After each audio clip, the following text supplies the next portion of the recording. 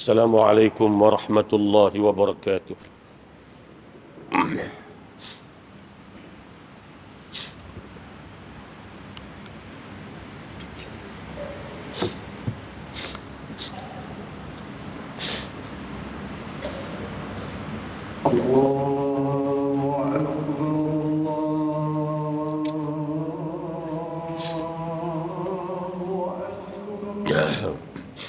الله أكبر.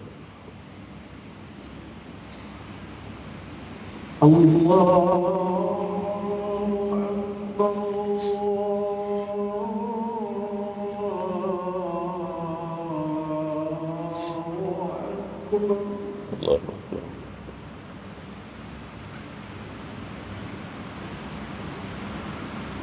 أشهد أن لا إله إلا الله.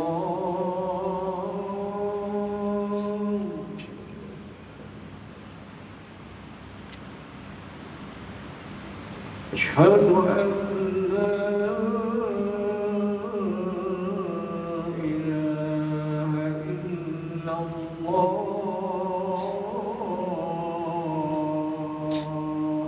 أشهد أن لا إله إلا الله. أشهد أن محمدا رسول الله.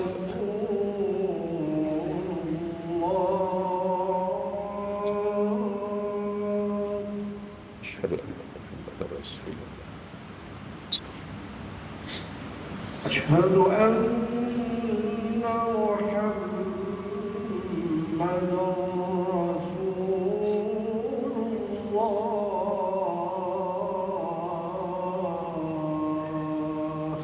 أشهد أن محمدا رسول الله. حي على الصلاة.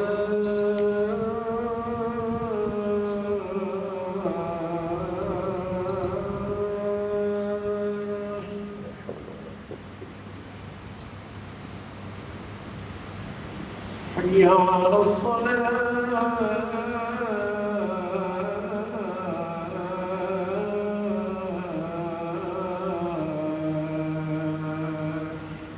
لا حول ولا قوة. حي على الفلاح.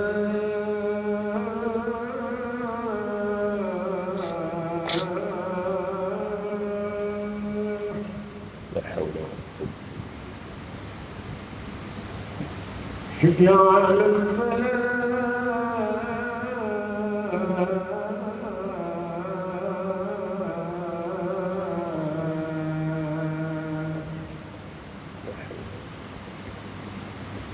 الله أكبر. الله أكبر. الله لا إله إلا الله. أكبر. الصلاة في النبي والوزن وبعث في المحمد المطلق.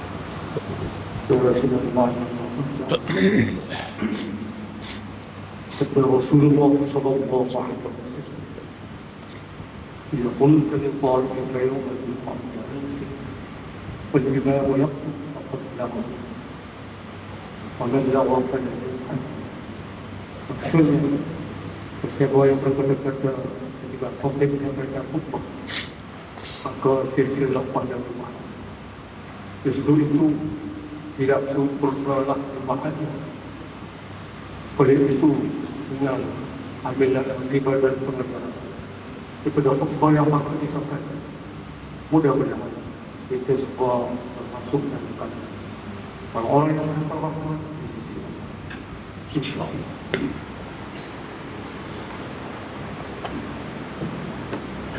الحمد لله الذي أرسل رسوله بالهدى ودين الحق ليظهره على الدين كله ولو كره المشركون.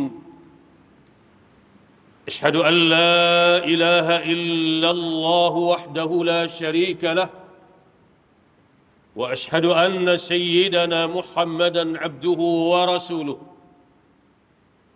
اللهم صل وسلم على سيدنا وحبيبنا محمد وعلى آله وأصحابه ومن تبعهم بإحسان إلى يوم الدين أما بعد فيا أيها الحاضرون اتقوا الله أوصيكم ونفسي بتقوى الله فقد فاز المتقون قال الله تعالى أعوذ بالله من الشيطان الرجيم يا أيها الذين آمنوا اتقوا الله ولتنظر نفس ما قدمت لغد واتقوا الله إن الله خبير بما تعملون صدق الله العظيم. Yang bermaksud, wahai sekalian manusia yang beriman, bertakwalah kamu kepada Allah, yakni dengan mengerjakan suruhannya dan meninggalkan larangannya. Dan hendaklah setiap daripada kamu melihat, yakni memikirkan apakah yang telah kamu sediakan daripada bekalan-bekalan amal kamu untuk menghadapi hari esok, yakni hari akhirat. Dan bertakwalah kamu kepada Allah, sesungguhnya Allah amat mengetahui akan apa yang kamu kerjakan. Saudara-saudaraku sidang Jumaat yang dikasihi, marilah sama-sama kita bertakwa kepada Allah dengan sebenar-benar takwa. Mudah-mudahan kita tergolong dalam kalangan hamba-hambanya yang berjaya di dunia dan lebih-lebih lagi di akhirat. Ikhwani al-muslimin sidang Jumaat yang dikasihi, ulama dan umara, yakni pemimpin, adalah merupakan dua golongan manusia yang sangat penting dalam sesebuah komuniti masyarakat. Kedua-dua golongan ini perlu bersatu dan bernaung di bawah naungan yang sama, yaitu di bawah naungan agama atau ad-din. Kedua-dua golongan ini juga merupakan pewaris kepada baginda Nabi sallallahu alaihi wasallam. Ulama mewarisi ilmu daripada Nabi, manakala umara pula mewarisi kepimpinan atau politik daripada Nabi sallallahu alaihi wasallam. Ilmu dan politik tidak boleh dipisahkan sama sekali dalam Islam. Begitu jugalah ulama dan umara. Mereka lah ilmu dan mereka jugalah politik bagi seluruh umat Islam. Saudara-saudaraku sidang Jumaat yang dikasihi, ulama merupakan golongan yang memikul amanah daripada Allah untuk menyampaikan ilmu, mendidik serta membimbing manusia ke jalan yang benar. Tanpa golongan ulama, manusia akan menjadi jahil dan sesat, dan akhirnya mereka akan bertindak dalam menguruskan kehidupan mereka mengikut kehendak hawa nafsu semata-mata. Rasulullah sallallahu alaihi wasallam pernah menyifatkan para ulama seperti bintang-bintang di langit dengan sabda baginda yang bermaksud, bandingannya para ulama di bumi ini adalah sama seperti bintang-bintang di langit. Ianya menjadi pedoman atau panduan dalam kegelapan di lautan dan di darat. Jika bintang-bintang itu pudar, maka mereka yang berpandukannya juga akan sesat perjalanannya. Hadis diriwayatkan oleh Imam Ahmad. Ikhwani al-muslimin sidang Jumaat yang dikasihi, umara atau pemerintah pula adalah merupakan suatu keperluan yang pasti bagi umat manusia. Tanpa umara atau tanpa pemimpin, masyarakat akan menjadi kacau bilau. malah syariat tidak akan dapat ditegakkan atau dilaksanakan. Rasulullah sallallahu alaihi wasallam pernah menyatakan bahawa umara merupakan perisai kepada ummah. Sabda baginda Nabi sallallahu alaihi wasallam dalam hadis yang diriwayatkan oleh Imam Muslim yang bermaksud, sesungguhnya seseorang pemimpin itu adalah perisai kepada rakyat. Rakyat akan berperang di belakangnya dan rakyat akan berselindung di sebaliknya. Apabila dia memerintahkan rakyatnya untuk bertakwa kepada Allah serta bertindak adil, maka dia akan mendapat pahala. Tetapi jika dia memerintah dengan selain daripada itu, maka dia akan mendapat akibat yang buruk hasil daripada perbuatannya itu. Di antara ciri-ciri yang perlu ada pada diri seseorang ulama itu ialah, yang pertama, ulama janganlah sesekali merasa hina atau tersisih. Ini adalah kerana ulama adalah golongan yang mulia. Masyarakat juga jangan sesekali memperkecil-kecilkan atau merendah-rendahkan kedudukan para ulama. Ini kerana mereka adalah golongan yang wajib dihormati oleh seluruh masyarakat. Yang kedua, ulama jangan sesekali tunduk kecuali kepada kebenaran. Jangan tunduk kepada kuasa atau kebatilan. Para ulama perlu menyatakan kebenaran, walaupun kebenaran itu pahit dan sukar untuk diperkatakan. Dan yang ketiga, ulama jangan takut kepada pemimpin yang berkuasa dalam menyatakan kebenaran. Para ulama mestilah sentiasa memberi nasihat dan panduan serta tunjuk ajar kepada pemimpin atau umara. Jangan sesekali lari dan membiarkan kejahatan dan kezaliman berleluasa dan bermaharajalela. Maka ulama tidak boleh meninggalkan umara berseorangan dalam urusan memimpin masyarakat. Ini adalah sebahagian daripada ciri-ciri yang sepatutnya ada dalam diri seseorang ulama. Antara contoh yang terbaik, yakni contoh di kalangan ulama yang terbaik ialah Al-Imam Malik bin Anas rahimahullah. Seorang imam dan ulama yang tegas dalam menyatakan kebenaran, sentiasa menjaga kemuliaan ilmu dan jati diri seorang ulama. Beliau bukan sahaja disegani dan dihormati dengan ketinggian ilmunya, bahkan digeruni oleh khalifah dan umara pada ketika itu. Manakala antara contoh yang terbaik di kalangan umara atau pemimpin pula ialah sebagaimana Sayyidina Umar ibn al-Khattab radhiyallahu anhu. Beliau adalah seorang pemimpin yang sentiasa menjaga syariat Allah, sentiasa menjaga hubungannya dengan Allah dan sesama manusia, bersifat merendah diri dan tidak pernah merasakan jawatan khalifah atau ketua yang digenggamnya sebagai suatu kemegahan dan kebanggaan. Bahkan merasakan ia adalah suatu tanggungjawab dan amanah yang perlu dijaga, yang perlu dipikul, yang perlu dipelihara dan dijalankan serta dilaksanakan dengan sebaiknya. Sayyidina Umar ibn al-Khattab radhiyallahu anhu pernah memberikan nasihat kepada salah seorang gubernurnya, yakni Abu Musa al-Ash'ari radhiyallahu anhu dengan katanya, kata Sayyidina Umar, pemimpin yang paling bahagia ialah mereka yang rakyatnya merasa bahagia dan gembira di bawah kepimpinannya.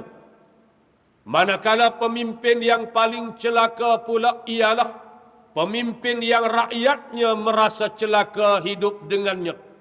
Ingatlah, jangan hidup mewah kerana para pegawai kamu akan meniru kamu.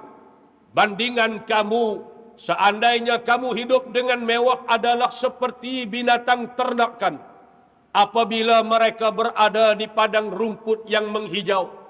Maka binatang-binatang itu akan makan dengan banyaknya sehingga dia menjadi gebuk.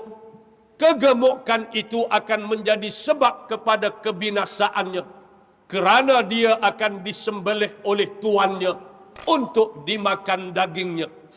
Saudara-saudaraku sidang Jumaat yang dikasihi, ulama dan umara disifatkan secara bersama sebagai faktor kebaikan kepada sesuatu ummah.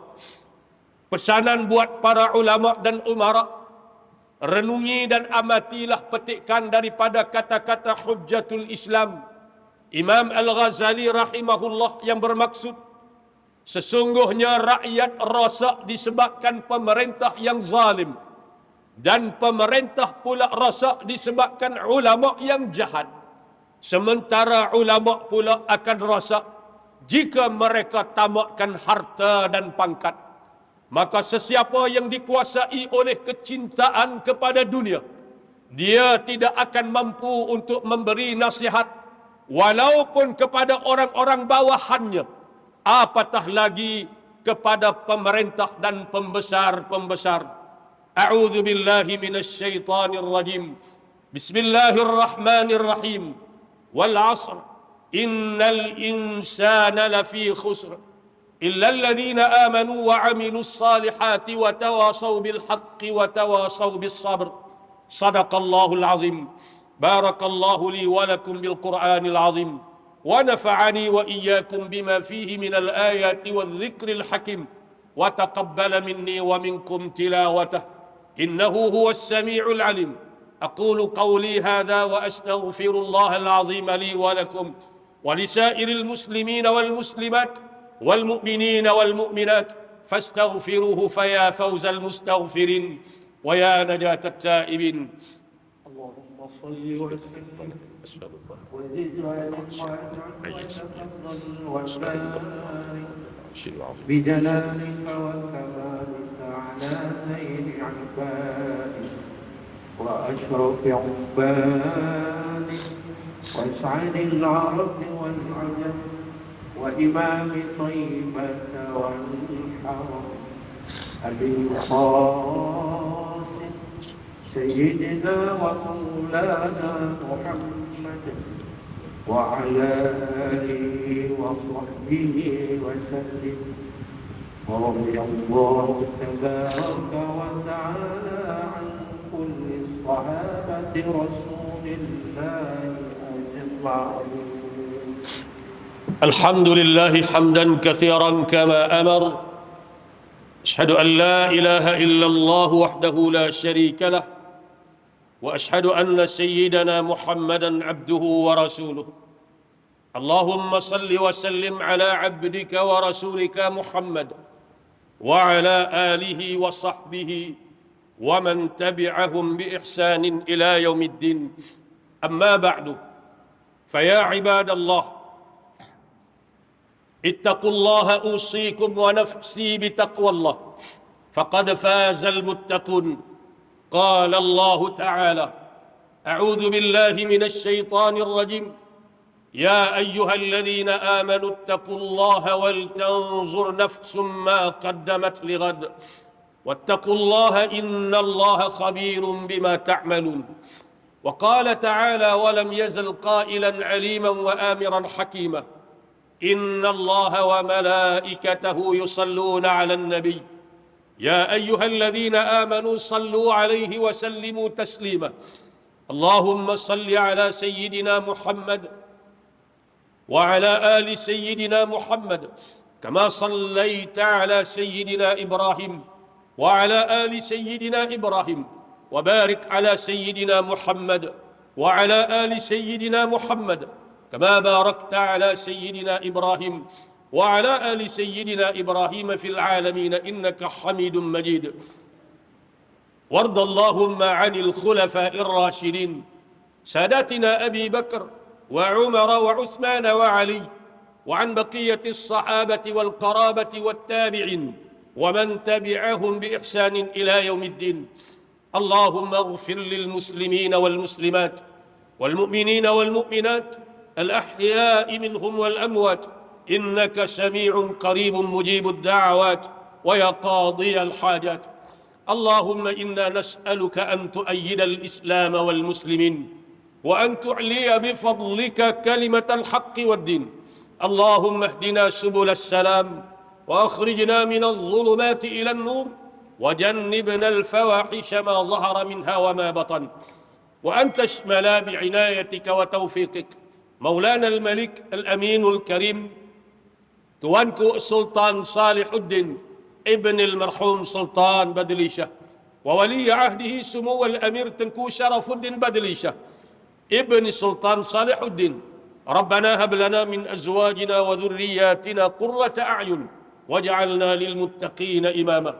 ربنا آتنا في الدنيا حسنة وفي الآخرة حسنة وقنا عذاب النار. عباد الله، إن الله يأمر بالعدل والإحسان وإيتاء ذي القربى وينهى عن الفحشاء والمنكر والبغي يعظكم لعلكم تذكرون.